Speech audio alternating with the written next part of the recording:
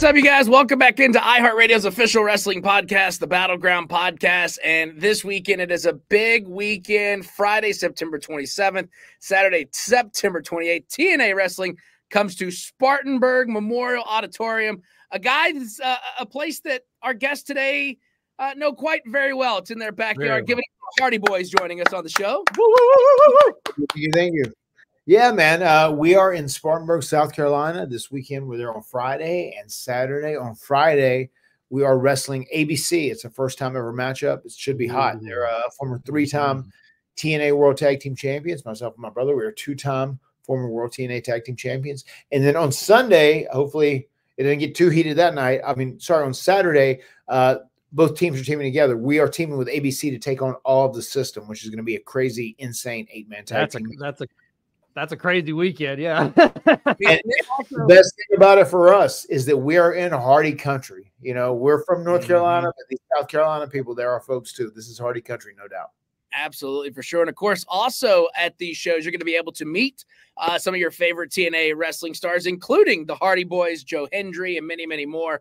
And I cannot wait till after the meet and greets are over this weekend to see all the videos of, what is it, Yeet, Delete, I had it in my head, the whole situation of the videos that I see every time on social media at your meet and greets with everybody. First of all, I think who came up with that? That's right. I think at my music shows, I was like, man, what if I did that interaction with the crowd with all these wrestling things? I was so proud of Matt when he came up with the delete thing, and you could hear people chanting that. Even at our return at WrestleMania 33, to hear those delete chants was so amazing. So I came up with this thing, and I think it went like, yeet, delete, yes, suck it. I believe in Joe Hendry. What? Yeah, something like that. We had a yeah. Just going down the list. Yeah, it's like a Pokemon. He keeps evolving. He keeps adding more. Yeah. I remember when I was scrolling through social media, I saw y'all at a meet and greet, and it was like you and a fan, and y'all went through every single thing. And I was like, I wonder how many takes it took for them to get that straight across the board. That was the third take. Third take. Full transparency. So it's so funny. Those guys were at Jeff's concert the night before. I did a live podcast. He did a live concert. And they said, yeah, we loved during the concert when you did the thing, when you said like, yeet, delete, woo, whatever. He said, can we do that and maybe add another two? That's like, they paid for like pictures, but that's what all they want to do. So we're like, sure, yeah, that's fine. So that was like their bit. And I was just like, Jeff said, yeah, let's add some more. He said, oh, we should keep thinking and add some more. I was like, oh my God, he's just going to keep going. Yeah. In my demonstration just now, I forgot woo. I left Ric Flair's woo. Oh, yeah. You gotta have that. Eventually, it's going to be like telephoning. You're just going to start throwing in random things. Telephone game. So let's kind of just dive right into this. How does it feel to be back in TNA together as a team? And how has the environment changed compared to your earlier runs with TNA and Impact? It has been great being back at TNA. You know, it was kind of a last second thing a couple of days out before I showed up in Vegas and came out and dropped Moose at the end of the night. And it's been great ever since then. It's a truly great team. The team that is running TNA right now, they're really well knit. They're well rounded. They know what they're doing when it comes to pro wrestling. They listen to the guys for good input, and they're telling really good stories, I think, more than anything else. Because I think a very important quality about any pro wrestling show is that as it flows from beginning to end, that you are following like the stories, and there's continuity, and you understand these angles, and you get invested in the characters and like their motivations to try and overcome or try and win, or why they're going to do this or why they're going to do that. They've got a guy like Joe Hendry that has gotten white hot. It's been so good. They're having this great NXT TNA crossover, which has helped out business so much. And we've had 6 or 7 sellouts over the course of the last 3 or 4 months, which has been great. Oh, yeah. Mm-hmm. How do you think, Jeff, how do you think it's changed since in the beginning when you first came here? And then, what I was going to say, as far as TNA right now here in 2024, our match we had a few weeks ago with First Class really did a lot. It was really a huge boost of confidence for me, because it felt so good to be in the ring again and doing some innovative new stuff that we're kind of known for. And to be back in TNA, man, it's just, it's so exciting. Everything feels like it's right where it's supposed to be for me, you know, personally, you know, physically and spiritually. And so I think it kind of all happened for a reason. Matt showing up first, and then me not knowing Matt was going to show up at TNA, because the morning after, my wife said, "Hey, did you know Matt was going to go to TNA?" I said, "No, I had no idea." And then I watched the footage. I was like, "Oh man, congrats! How'd it feel out there?" And he explained and all that stuff. So I was like, "Oh my God, I had so many great moments and created so many good memories that'll last forever in TNA." So, so yeah, it feels so good to be back in TNA. Yeah, and the thing that I've always given TNA credit for, I mean, even in the Impact days or right before it changed to that name, I mean, even going back to the compound stuff y'all were doing, you know, the Final Deletion and all that stuff. I mean, company's always been kind of forward thinking as far as production and, you know, camera angles and all that. And it just seems like this year, it's kind of like the budget is kind of matching that. It's kind of matching that creativity, and you're really seeing that come through in all the shows and the pay-per-views and stuff. Yeah, I agree. I mean, it really is. It's been a great product. I mean, since I've been here, I was catching up. As you know, I kind of a couple of days out, I understood that I was going to come here and start. And we also we work with Tommy Dreamer, very hands-on. He's a big part in the office now, management. We love Tommy. Tommy's great because he really has a good understanding of who I am and who Jeff is, especially from a character standpoint. So he's great with that. He's been a blessing to work with. But it really does come through how solid the product is on TV. It looks world class, and it's just one of those things. Like, I think everyone there is hoping that they can land on a bigger television platform when it's all said and done. Yeah, that's the next step for sure. So this is probably an obvious question too, but just, you know, you guys were separated for a while and you're back as a team. How does it feel to be back as a team? How are you guys working together again? I mean, it's great. I think if you ask either one of us what we would prefer to do, you know, probably at this stage of the game, it is be a team, you know, and really cement our legacy of being one of the best teams to ever do it. And that's kind of what our goal is. Like, I know there was even a point, like right towards the end of AEW said that, where Jeff was kind of doing singles matches, and he was like, "Why am I doing all these singles matches? You know, like, why aren't we teaming together or doing whatever?" But it's great, man. And teaming together just feels right. And it feels like what we should be doing at this point in our career, especially to, you know, have that one last great run. Maybe there's not one last great run. Maybe there's two or whatever. But like, you know, we really want to have that, and that's something that's really important to us.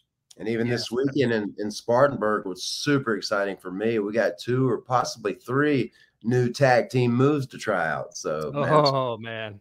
Yeah, and that's another thing too. You know, you guys have had injuries and stuff in the past. It seems like you guys are, I mean, looks like y'all are moving like you were 15 years ago. I mean, you're still fluid in the ring and you're still going and stuff. So that's just a testament to y'all's work ethic and all that stuff. So yeah, it's been awesome to see. Thank you, man. Yeah, and you want to talk about something awesome, and of course, everybody has been talking about this, Jeff. Your recent tribute to Bray Wyatt coming out with the Fiend face paint, like, I got goosebumps when I saw it. I'm getting goosebumps talking about it right now. What kind of inspired you to honor him in this way? And I know that Bray has done stuff with both of you, so this question is a 2-part for both. What has Bray meant to you guys? Oh man, I never got to. Matt knew him a lot better than I did. In the one match they did on the compound, I had one little interaction with him there at the very end. But I wish I would have got to work with him. There was one time we were talking on a bus on a tour or something, but he had said something about maybe bring Willow into the picture, and he remembered, you know, my old alter ego from TNA. I got so excited, man. But as far as the Fiend face paint, I've all these years of painting my face, I've never like painted teeth on my lips until like recently. And I started trying to do it with a skull, and I didn't really like it. And then I started to mess around with a big mouth and on my lips. I was like, whoa, this might work. And naturally that big mouth, just looking at what I just painted on my lips, like, whoa, I think I could do a version of the Fiend mask on my face. And, I'm just so glad I went for it. And it did turn out so great. I was so proud of that. But also a story about Bray Wyatt, you know, he would always say, follow the buzzards. And for the last 2 years, man, I've helped raise 4 buzzards. As crazy as that sounds. And me and Matt grew up farming tobacco in our old tobacco barns. I painted them up. We preserved them, and I painted them up all colorful and abstract. And for the last 2 years, there's been baby buzzards in there. And naturally, I think of Bray Wyatt. When I'm feeding those buzzards chicken livers, I'm going, okay, wait a minute. Yeah. Magical is happening here. So that was another inspiration. I've seen these buzzards a few times. He's been in, like, when the first 2 like were almost fully grown, and they would still come back. So like, well, we have a nice guy who feeds us and gives us food, and we don't have to go hunt for it. I was like, bro, are you worried these buzzards are going to betray you? I know you're calling the buzzards, but like they're pretty vicious, you know. Like they're going to take over the farm. They're something. And so me and my wife are worried now. So if next April or May of 2025, if there's 2 more baby buzzards in there, oh my God, what's it going to be like 10, 20 years from now? Hundreds of buzzards coming back for chicken livers. Yeah, we're gonna have buzzards in the next deletion match on the Hardy Countdown. That's awesome. I love those stories. This is for both of you guys. You can chime in. You know, obviously storied legacy, continue to evolve and move to companies and all that. How do you, I mean, is there a secret to how you guys reinvent yourselves and kind of remain a top draw across multiple companies for decades at this point? I mean, is there a secret to staying relevant and staying current with the current product? Because, you know, a lot of guys, when they get to your era of their career, it's the same old thing. It's the greatest hits. It's the same tights. You know, you are always pushing the envelope with everything. And like Jeff just said, you have new moves coming out. A lot of vets aren't doing that. They're not trying the stuff. Yeah. I mean, I am a big fan of when people reinvent themselves. Even going back to, like, I thought it was the most amazing thing ever. And like, once again, he kind of got this character thrown on him, you know, but like, what a blessing it was. Like when you had Mean Mark Callis, you know, we thought he was a very talented guy in WCW. When he showed up at WWE as The Undertaker, it's like, oh my God, this is amazing. Just to see him do a different character. And, you know, that's not, I love that. That was one of the most exciting things at that time, you know, whenever NWA/WCW and WWE, when you have guys jump back and forth. And I was like, if you can do that, that helps you stay fresh. And I always kept that mindset going into pro wrestling and just doing different things. I was real happy because when it comes to the Hardy Boys, we are both guys who lacked fear. You know, we were up for doing high risk stuff, and we're up for taking chances and whatnot. But like, Jeff is truly the epitome of like what the Hardy Boys persona is, more than that. So like, whenever I got to split away, it's like, well, I'm going to go in the complete opposite direction. And when I did Matt Hardy version 1, I was like, I can be over the top, delusional. I'm the greatest thing ever. I'm the version 1 of what the wrestling of the wrestlers of the future are going to be. And I can do all this extra stuff to just be full of myself and supplement it, like the Matt facts and everything else. So it's just, I don't know. It's kind of a natural inclination in me because I've always been a fan of guys who have reinvented themselves. So I love thinking about how the audience sees you and how you can adjust to that and kind of, and go forward and build from that. Yeah, and I feel like this run for me in TNA is going to be the biggest reinvention of myself that I've ever had. It just, everything feels right. Like it feels like everything happened for a reason for me to be here, teaming with Matt again in TNA. And I'm super excited to get extremely creative and do some of the best promo work I've ever done and some of the best wrestling I've ever done. I like that. Extremely creative. I like that. Extremely. We see what you did there. We see. So you kind of opened the door earlier, Jeff, on something that I've been thinking about. You mentioned Willow. There's been a lot of talks on the internet about Willow. I can't tell you how many times in belt groups that I see the Willow title show up that people are trying to say, look at what I've got. Can fans possibly expect Willow to make a comeback in TNA? And if so, what would that look like in today's landscape? Well, I can tell you that it'll look different than it did last time because there is a new version of the Willow faceplate mask in the making, and it's looking pretty sick, like sick in a good way. So yeah, before it's all said and done, Willow will definitely return here in total nonstop action. Yeah, it's killer. Let's see. I asked you about that. Oh, yeah. So obviously you guys are kind of in the veteran role, so to speak. You know, people, I'm sure the young bucks are not them. The young talent will come to you. Them too. Yeah. I was thinking about your chant. You could go the elite and then delete, but that people may read into that. But anyways, Yeah, but with obviously the influx of the NXT talent, and then obviously TNA always finding good talent and signing that. Is there is there any like one piece of advice you always give someone, like, always tie your boots, or I mean, is there a piece of advice for the young talent that you always try to give them if they ask? I mean, yeah, I mean, the biggest thing that I really try and just put in their mind to like be thinking about, like if you want to do this and make a career out of it, like my best advice is to try and like make it a lifestyle. When you're young and healthy, you don't have to work quite as hard to physically stay in shape, or even on your athleticism as much when you're young and healthy, right? I just said, like, take all that stuff serious. The way you eat, the way you train, the way you sleep, the way you practice, your bumps or whatever it may be in the ring, your moves, the way you kind of think about it, your process. And I said, just be familiar with everything everywhere across the wrestling industry, because you never know where you're going to get an opportunity at, and you just need to be up to speed on wherever that place may be. Right. Yeah, I think without a doubt, my best piece of advice still to this day is, creatively, there so much has been done, but there are things new to figure out. You just got to fish for them and find them. But most importantly, do not be afraid to shine when you sell. That's my best piece of advice, I believe. I like that.